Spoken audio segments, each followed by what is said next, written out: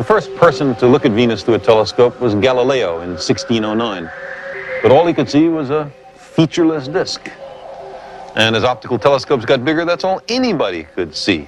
A disk with no details on it at all. Venus evidently was covered with an opaque layer, thick clouds concealing the surface. For centuries, even the composition of the clouds of Venus was unknown. I mean, you could go outside, look up, see Venus with the naked eye, observe sunlight reflected from the clouds of Venus. What were you looking at? What were the clouds made of? Nobody knew. As a result, imagination ran riot. The absence of anything you could see on Venus led some scientists and others to deduce that the surface was a swamp. The argument, if we can dignify it with such a phrase, went something like this. I can't see a thing on the surface of Venus. Why not? Because it's covered with a dense layer of clouds. Well, what are clouds made of? Water, of course.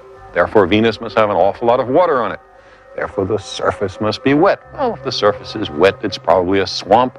If there's a swamp, there's ferns. If there's ferns, maybe there's even dinosaurs. Observation, you couldn't see a thing. Conclusion, dinosaurs.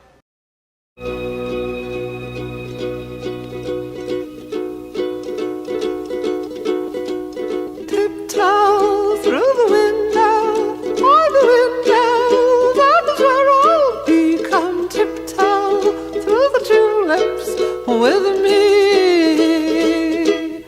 Oh, tiptoe from the garden. The man I chose was Carl Sagan. He was an astronomer, author, and science publisher. His greatest discovery was finding the temperature on Venus.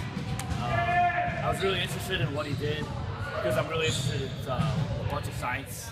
And the reason why I chose him again is because I'm really interested in like astronomy, like the planets and outer space. So he is one of the greatest men ever to do something on astronomy.